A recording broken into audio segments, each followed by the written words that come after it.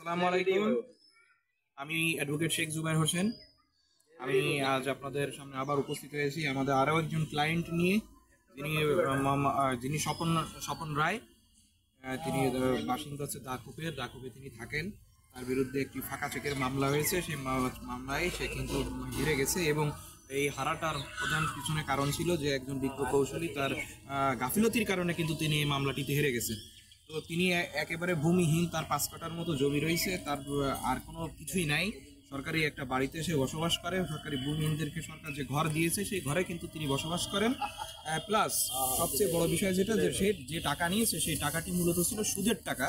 সেই সুদের টাকা 60,000 টাকা সহ সুদের জন্য তিনি যে 60 মণ ধান, সেই 60,000 টাকার সাথে 60 মণ ধান তিনি দিয়েছেন। কিন্তু তার কাছ থেকে যে ফাঁকা চেকটি নেওয়া হয়েছিল, এখানে টাকা পরিশোধের পরে চেকটি কিন্তু তাকে ফেরত দেওয়ার কথা ছিল, কিন্তু তাকে চেকটি ফেরত দেয় নাই। যার কারণে ওই ফাঁকা চেক দিয়েই তার বিরুদ্ধে কিন্তু মামলাটা করে আজকে তাকে হয়রানি এবং তার এই দুর্দশার মধ্যে ফেলে দিয়েছে। এখন আমরা এই স্বপন রায়ের মুখ থেকে আমরা কিছু শুনতে চাই এই মামলা সম্পর্কিত বিষয়, এবং আজকে তার অনুভূতি জানতে চাই যে আজকে তার এখানে একটি ডেট ছিল টাকা পরিশোধের, কিন্তু আমরা সেখানে তাকে আজকে আমরা মহামান্য এসিল্যান্ডের কাছ থেকে আমরা সময় নিয়েছি যে আমরা এই বিষয়ে যে পূর্বের যে আইনজীবী ছিল তার গাফিলতির কারণে যেহেতু এই মামলাটিতে এই রায় হয়েছে, তো আমরা এই মামলাটি রিস্টোর করে মামলাটি পুনরায় আমরা একটি ন্যায় বিচারের জন্য আমরা বিজ্ঞ আদালতে আমরা আর একটি প্রতিবেদন দিব এবং বিজ্ঞ আদালতে আমরা একটা প্রেয়ারও দিব, দিয়ে সেখান থেকে আমরা ন্যায় বিচার প্রত্যাশা করি এবং আমরা মনে করি যে ইনশাল্লাহ আমাদের সাথে সৃষ্টিকর্তার রসের সহমতে আমরা এই মামলাটি জিতবো। এখন আমরা চলে যাচ্ছি আমাদের স্বপন রায় দাদা। বলেন যে আপনার সাথে কি ধরনের অন্যায় হয়েছে একটু বলেন। আমার টাকা নিলাম 60,000 টাকা নিলেই আমার কাছে 60 মণ ধান নিয়েছে এবং আমার সুদের টাকা দিছি। আমার 60,000 টাকা দিছি, আমার চেক খান আমার ফিরে দিনি।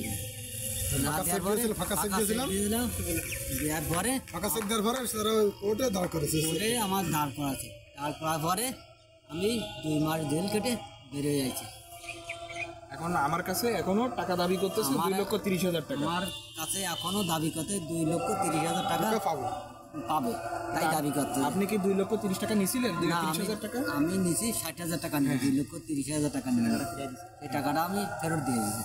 আর আপনার চেক পরে চেকটা আমার ফিরে দিইনি, ফিরে দেওয়ার কথা ছিল, দিইনি আমার ফেরত।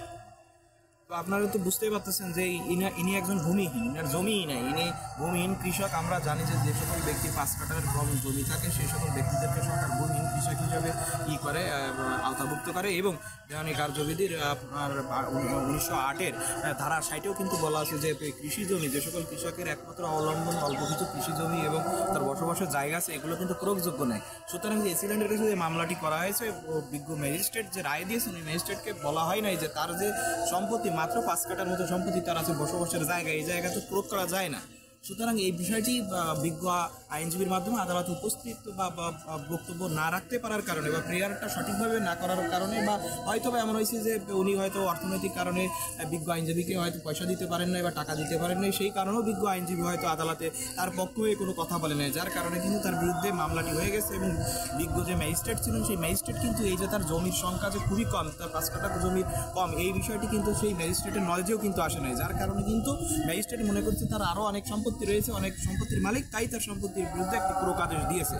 আমরা এই মামলাটি এটা রেজিস্টার করব এবং আমরা এটা আপিল করব। আপিল করে এই মামলা থেকে আমরা তার পক্ষে একেবারে ফ্রিতে, একবারে আইনে আজকে আমরা দিয়েছি। আপনি কোনো টাকা পয়সা নিয়েছি আমরা আজকে? জোরে বলেন, নিয়েছি? টাকা নিয়েছে কোনো? টাকা নিইনি। এবং লিগাল সলিউশনের পক্ষ থেকে আজকে যে প্রথম যে আপনি সেবা পাইছেন, আপনি কি খুশি? আজকে কি আমরা টাকা দেওয়া লাগতো 2,30,000 টাকা? আপনাকে দেওয়া লাগতো কি? দেওয়া লাগতো, কিন্তু আজকে কি দিতে পারছেন? দিচ্ছেন আপনি? আজকে তিনি কিন্তু টাকাটা দেয় নাই। আমরা পরবর্তীতে ফরওয়ার্ড করবো এই মামলাটি, এবং আমরা যে মহিলা যে প্রতারণা করছে, যে প্রতারণা করে যে চেকটিকে সে যে তার নিজের কাছে রেখে যে মামলা দিয়েছে, এই বিষয়ে আমরা তার বিরুদ্ধে 420-এ আমরা কিন্তু একটা মামলা করবো, এবং 406-এও আমরা তার বিরুদ্ধে পেনাল কোডে আমরা কিন্তু মামলা করবো, যে প্রতারণা করে সে এই যে চেকটি তাকে ফেরত দেওয়ার কথা ছিল কিন্তু না দিয়ে সেই চেকের মাধ্যমে আবার তার কাছ থেকে ফার্দার টাকা আদায় করার জন্য স্থানীয় প্রভাব খাটায় তার বিরুদ্ধে একটি মামলা দিয়েছে। আমার পাশে দাদা, বলেন আপনার নাম বলেন। বিমল কৃষ্ণ রায়। আপনি এই কেসটি আপনি দেখাশোনা করতেছেন? আমার বিমল কৃষ্ণ রায় দাদা, ইনি এই আমাদের লিগাল সলিউশনের ল ফার্মের থেকে এই কেসটি বা স্বপন রায়ের কেসটি তিনি দেখাশোনা করতেছেন, এবং আজ যে ভিডিও করতেছে তার নাম না বললেই নয়, তিনি হচ্ছে আমার প্রিয় বড় ভাই মুস্তাফিজুর রহমান বর্তমান তুহিন ভাই, তিনি আরিয়ান অ্যাসোসিয়েটের ল ফার্মের তিনি মালিক।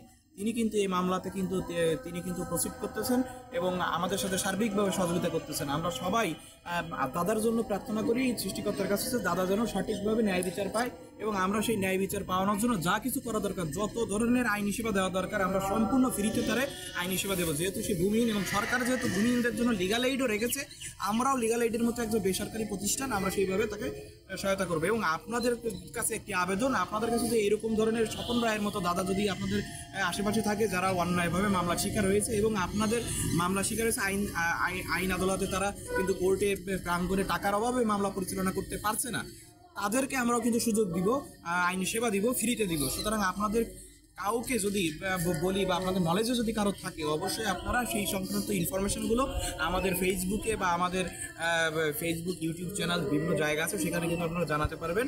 আমি অ্যাডভোকেট শেখ জুবায়ের হোসেন, লিগাল সলিউশনের সিইও। আমরা এখানে বিদায় নিচ্ছি। ভালো থাকবেন, সুস্থ থাকবেন, আল্লাহ হাফেজ।